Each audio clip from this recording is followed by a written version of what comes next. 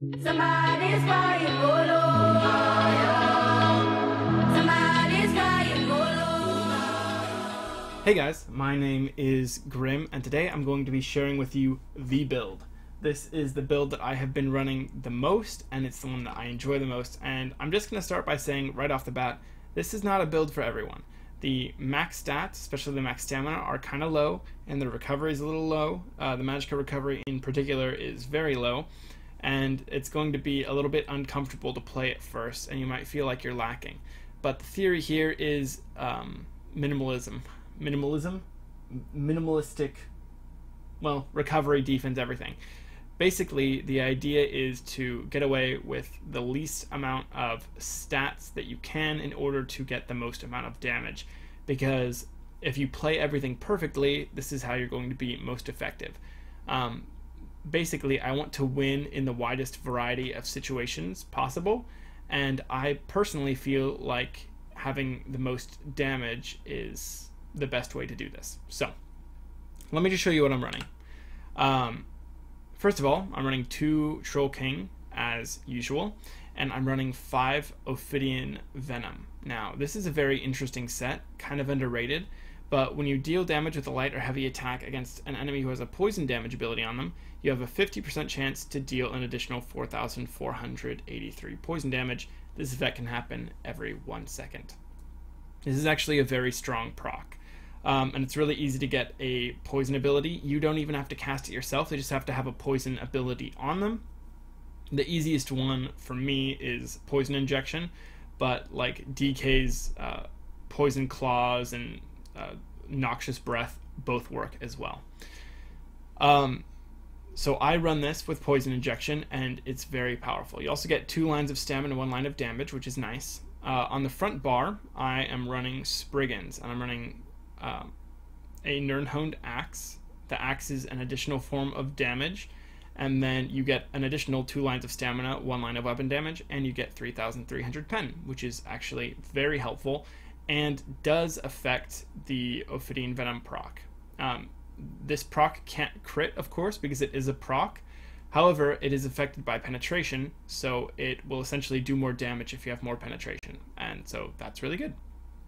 On the back bar, I'm running an infused master bow, and you can see I used to be running a weapon damage enchant. Now I'm running a poison damage enchant, and I'll explain why in a second. It's kind of a theoretical thing, but here's the principle behind this build.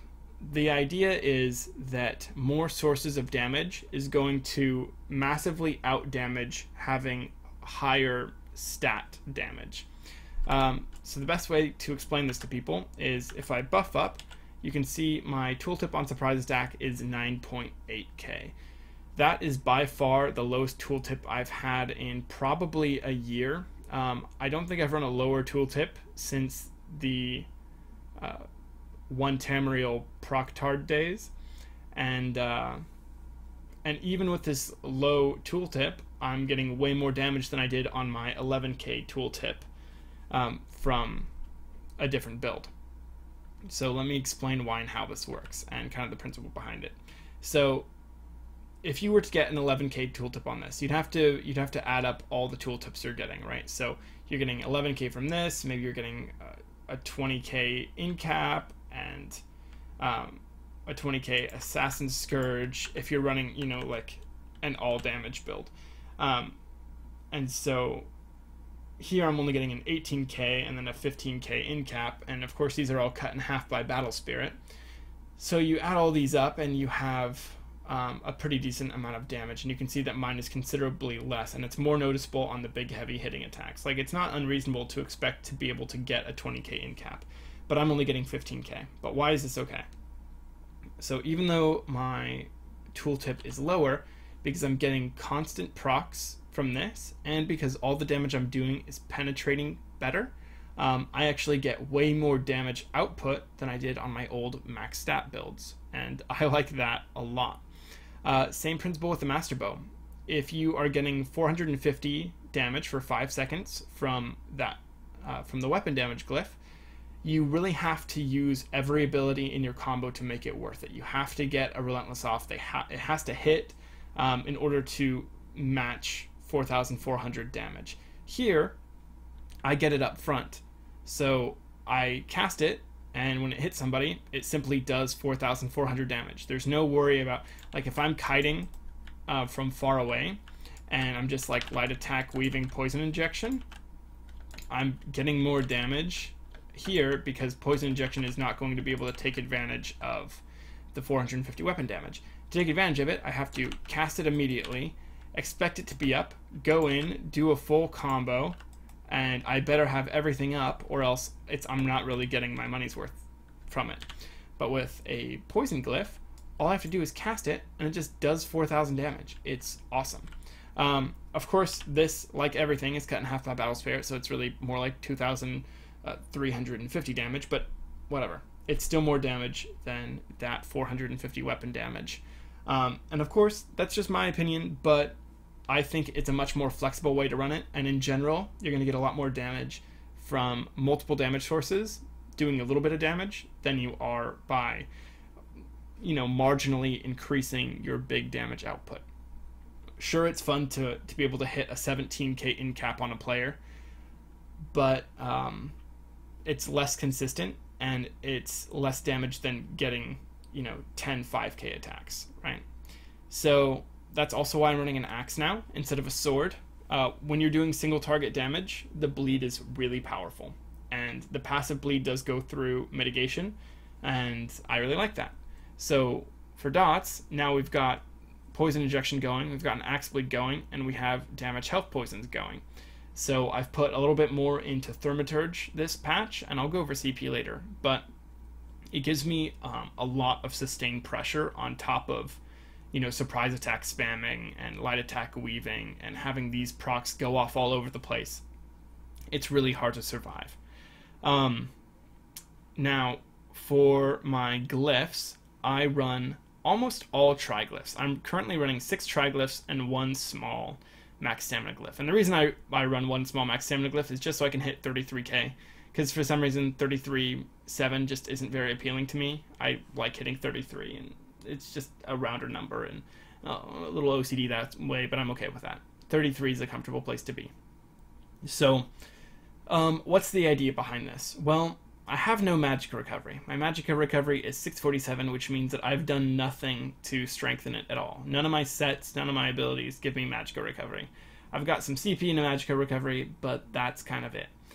So I need to get as much max Magicka as I can, as efficiently as I can. So I have 2 options. I can put a max Magicka glyph on one of these big pieces, or I can run 2 triglyphs. So compare these 2 scenarios. You could have a max stamina glyph on your chest and a max Magicka glyph on your head. And from that, you'd be getting 868 stamina and 868 Magicka. Well, instead, I run 2 triglyphs. So I get 434 Magicka here, and 434 Magicka here, 434 stam here, and 434 stam here. So I'm actually getting the same amount of stats between these 2 glyphs. I get 868 stam and 868 Magicka.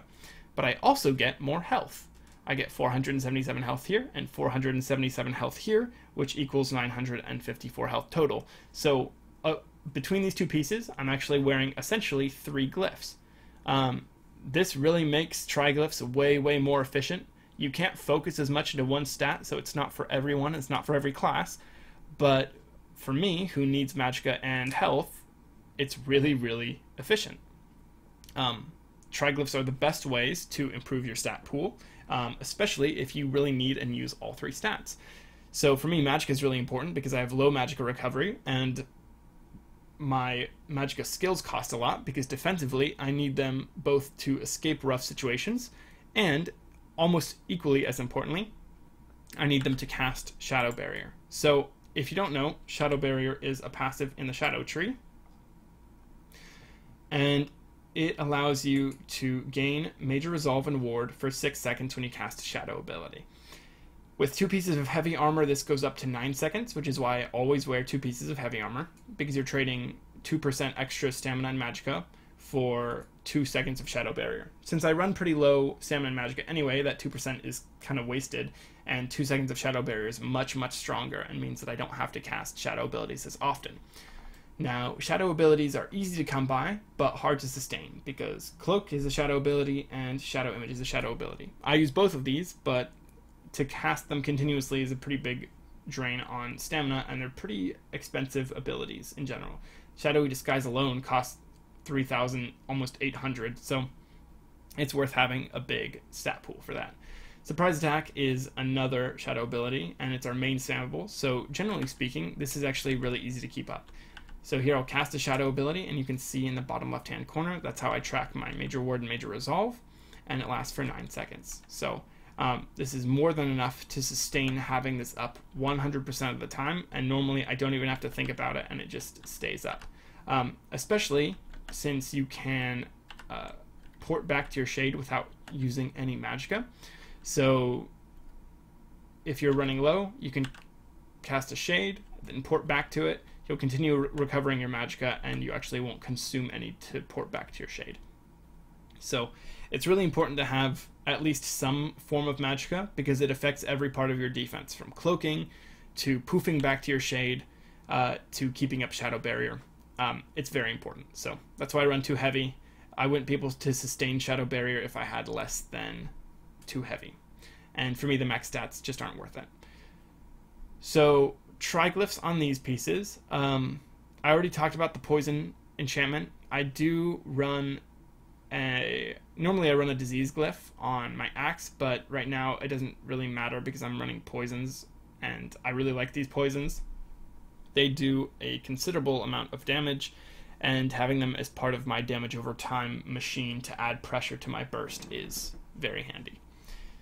So let's see, what else is there to talk about? One thing is going to be potions. My 2 most common potions are tri-stat potions, and then I also like weapon crit potions. Weapon crit potions are actually my favorite in the game, and I use them probably 90% of the time. Basically, if I don't absolutely need the magicka, I'll use a weapon crit potion. These give you health and stamina recovery, and major savagery. And that brings my weapon crit up pretty considerably. You can see if I cast it here, just look at the stat sheet, I get 47% crit chance on my front bar, which is really where it matters. On my back bar I get a little bit more because of the bow passives, but it doesn't matter because that's not my main damaging bar. So 47% is really strong, and so I try and play without straining my magicka too much so that I can use these potions instead, and I'm getting the max damage possible. Of course, Poisonous Serpent can't crit, but everything else can. Your bleeds can crit, all of your abilities can crit, and your heals can crit. So I really like having the highest crit possible. It improves both my offense and defense, and I find it more efficient than using magicka, especially if I end up not needing it. So I try and play pretty minimalistically, and I'm always very conscious of when and how I'm casting magicka abilities, and that's really important to me. I really do like Troll King the most, even this patch. I tried everything else again this patch just to refresh, see if anything had changed. And Troll King is just so strong, especially when I'm running higher health, because I get to run all triglyphs. I do get pretty decent health, and that extra health helps me to proc Troll King sooner, because Troll King scales off of your health since it procs when you heal and remain under 50% health. Therefore, having more health means that you can proc it sooner, so that you don't have 5,000 health remaining by the time it procs. So I really like having Troll King on, and I really like using it with, this heftier health build, and I feel like it gives me a really efficient passive defense that I can keep on attacking and just take some extra hits while I do it and shake them off. It also helps me negate different dots that may be put on me, it negates bleeds that may be put on me, and helps me to survive those more intense damage over time builds, because I have no way to purge them, so I just have to heal through them. Troll King is a great way to do that. For my jewelry glyphs, I run 1 Swift. I run 1 Swift on pretty much all of my builds. Swift is just such a strong trait. You're basically getting Minor Expedition in exchange for, 840 stamina. And that's crazy, because Minor Expedition is a very strong buff, and it's a buff that Some sets give up their 5 pieces to get. So being able to put that on a piece of jewelry is wild to me, and I'm not sure why not everyone does it. Everyone should do it. One Swift, very strong. Line of sight is one of the most effective forms of mitigation in the game, and so being able to outrun people is really important. I also use One Protective. One Protective is another one of those hyper efficient traits, and the reason is that it gives you both spell and physical resistance. So if you compare this to a defensive set, like Pariah, for instance, you get one line of like something around 3,000 spell resistance and another line of around 3,000 physical resistance. I don't know the exact numbers, but the principle will be there. We'll wrap around to it. So you get these 2 separate lines of physical and spell resistance. Now, if you were to look at this set, for example, you get 1,000 stam, and from a piece of jewelry, you get 800 stam. That's about a 20% difference between 840 stam and 1,070 stam. And of course, this piece is gold, so it's going to give you a little more. But there's about a 20% difference between the jewelry glyph and the armor glyph in favor of the armor. However, with protective, you actually get the stat in favor of the ring, because since you're getting spell and physical resistance, and it's only negating the amount that you're actually getting by a little bit, this is about 20% more effective than one line of equivalent spell resistance. Even if you were to cut that line in half, so you got physical and spell resistance, you'd be getting about 20% less than you're getting out of this ring. So if you're thinking about running heavy armor, for instance, it's generally going to be better to run medium armor with more protective jewelry, or instead of running a defensive set that gives you like defensive stats like physical and spell resistance, it's better to run a set that gives you max stamina and then run protective jewelry. You're just going to get more total stats that way. So I really like protective, and I wear one piece of that because a little bit of extra resistance is really nice, and this gives you about 3% mitigation, which is really good.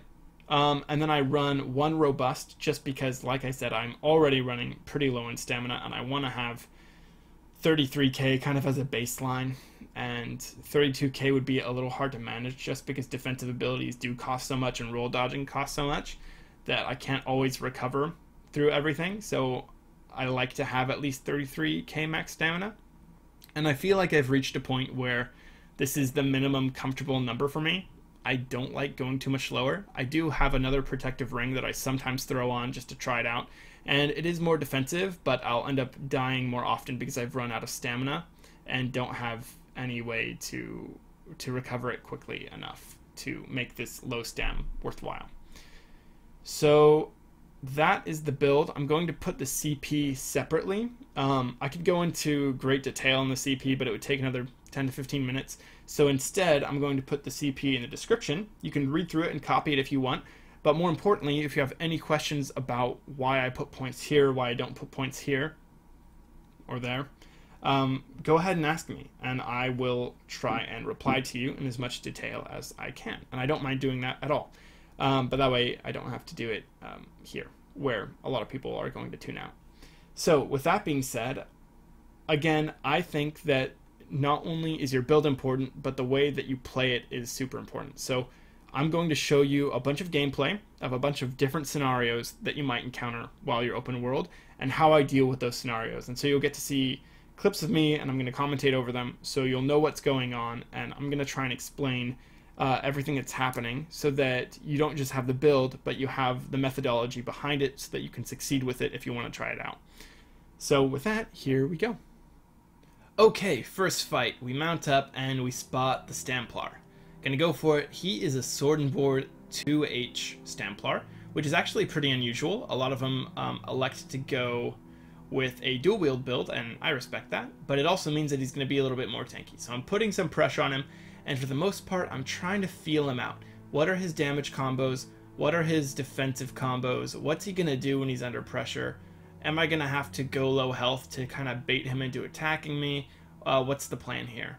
And with these tankier guys, a lot of times, if you just lightly damage them for a bit, they'll get the impression that you don't have that much damage, and then you can sneak something in that's really hard once you've, built everything up, whether it's a knockdown in cap or a fully charged Assassin Scourge, etc.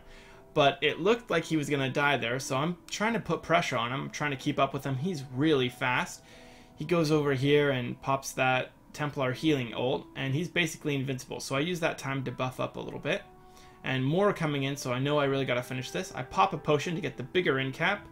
Incap him. He doesn't get knocked over, but I still get to hit the Scourge and execute. And this execute's going to heal me a little bit. So more have jumped in, and I'm going to try and line of sight them by hugging this rock and circling it.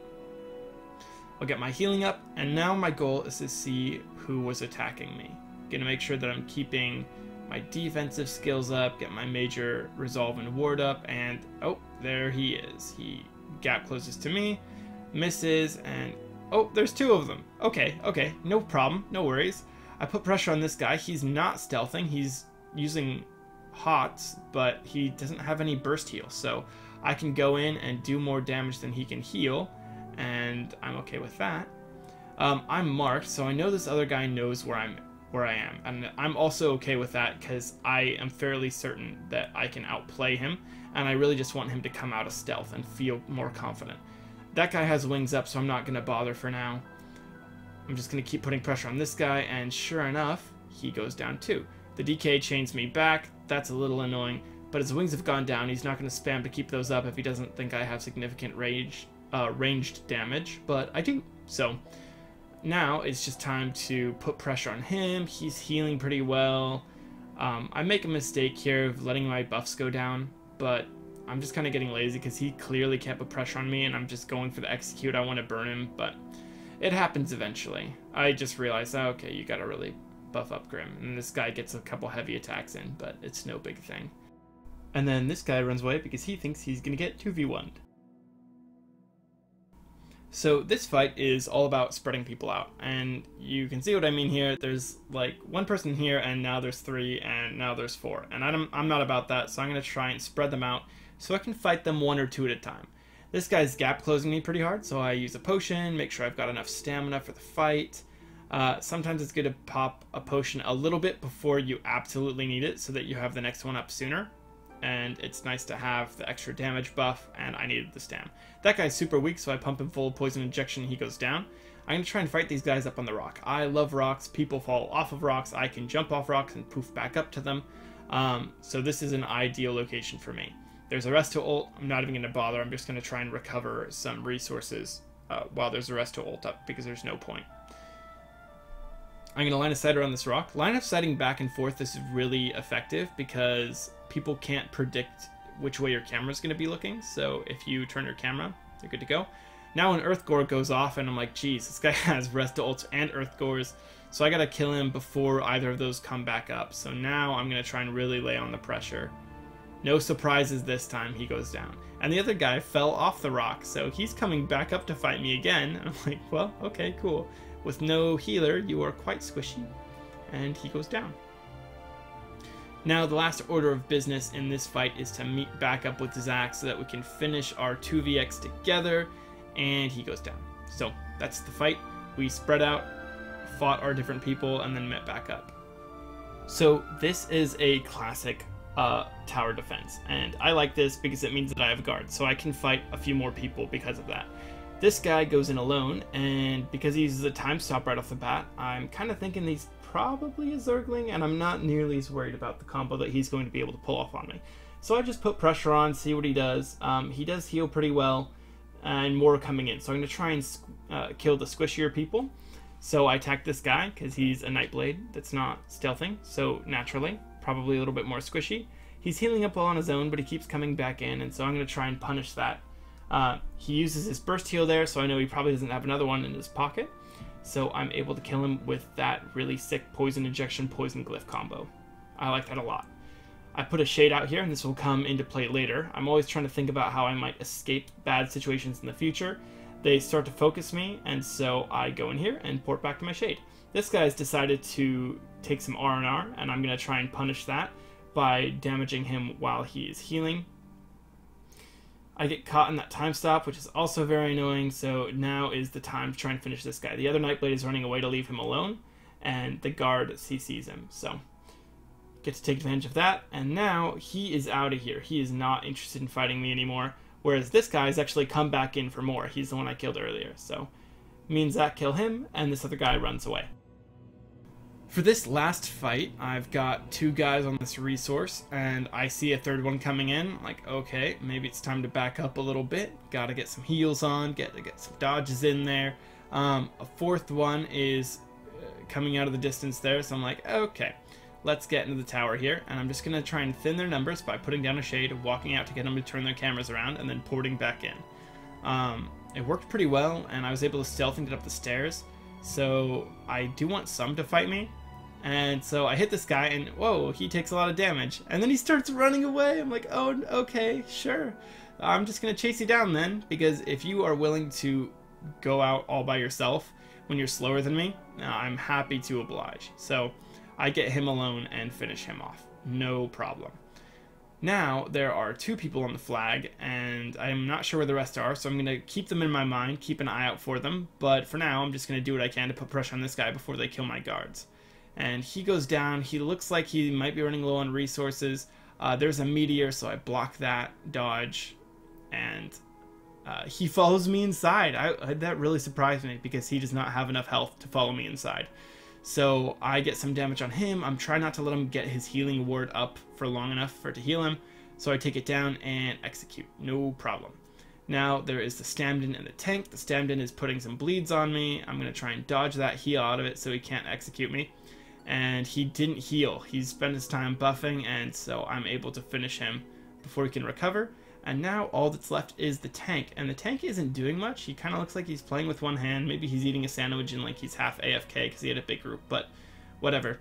He's dead, and it's an easy fight. So the moral of the story is spread them out and you'll be good to go.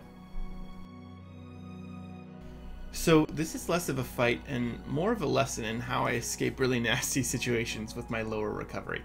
And again, it's all about casting the fewest abilities possible. Here I still think I'm good to go. There's only 1 or 2 here, but it looks like there are actually a bunch up on the tower, and there are more coming in. You can see the Sork, and now there's this guy, and now there's a DK. So I'm going to try and put down a shade because I feel it coming. I get chained back, and now that I have the shade up, I can poof back to it at no magicka cost. So great way to kite. I'm going to try and do a little trick around this rock by turning, cloaking, and then turning around. But a sub-assault pulls me out, so that proves to be somewhat ineffective, but it does thin the pressure they have on me. I put down another shade because I'm planning on jumping back up over these guardrails. I do that, but now I don't have enough stamina to break free. I get 1 roll dodge off, try and do another little cloak trick, but I get talent again. My potion is almost up. If I can just make it to my potion, and we're good to go. Now I've got a full magicka bar. I used a tripod, so I get all my magicka back and better magicka recovery, and I'm going to be able to escape no problem. Well, thank you for watching all the way to the end. I know this is kind of a lengthy video, as are most of mine, but I really appreciate it. Also, we are coming up on 1,000 subs, and I don't know why, but that just kind of means a lot to me, so I want to thank everyone who has subscribed and is supporting me. I really appreciate it. Next week I'll be playing a whole bunch, so if you want to join my Discord or have any questions about your build or playstyle, that'll be the time to ask me. I'll be on vacation throughout this week and this weekend, and so I won't be able to respond as regularly as usual, but I will respond to every comment or question when I return. So once again, thank you so much for all the help and support. It really does mean a lot, and happy 1,000 subs. Hopefully there will be much more to come.